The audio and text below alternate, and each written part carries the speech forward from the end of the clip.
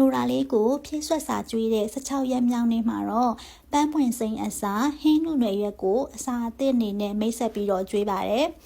ဟင်းနုနယ်ရွက်ကြောင့်နိုရာလေးရဲ့ထမင်းကပေါ့နော်အစိမ်းရင့်ရောင်ဖြစ်နေပါတယ်ပုံစံလေးကအရသာမရှိဘူးလို့ထင်ရပေမဲ့တကယ်ကတော့ဟင်းနုနယ်ရွက်ကအရန်ချိုတာကြောင့်သူ့ရဲ့ထမင်းကအရန်ကိုရတာရှိပါတယ်ဒါကြောင့်မလို့လေနိုရာလေးကဒီနေ့လေသူ့ရဲ့ထမင်းကိုကိုအောင်စားပေးပါတယ်ရှင်ကျေးဇူးအများကြီးတင်ပါတယ် မမန်းစားမယ်မလေးချစ်စရာကောင်းလိုက်တာကြည့်အောင်အစုံစားတတ်တယ်စီစံ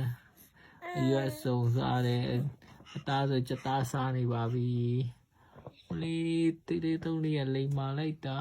ကြည့်ပါအောင်ကွာငါသမီးလေးစားအောင်ပါဇက်ပေးအောင်မစားတော့စီစံလိမ်မာ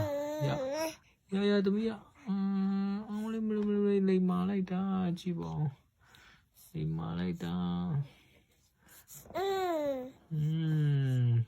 တော်လဲမလေးမစားမယ်ဆိုတော့အကုန်လုံးတည်နေပြီကြည်စမ်းအကုန်လုံးတည်နေကြည်စမ်းကျွေးမယ်ဟုတ်တယ်ပိုက်ရှာ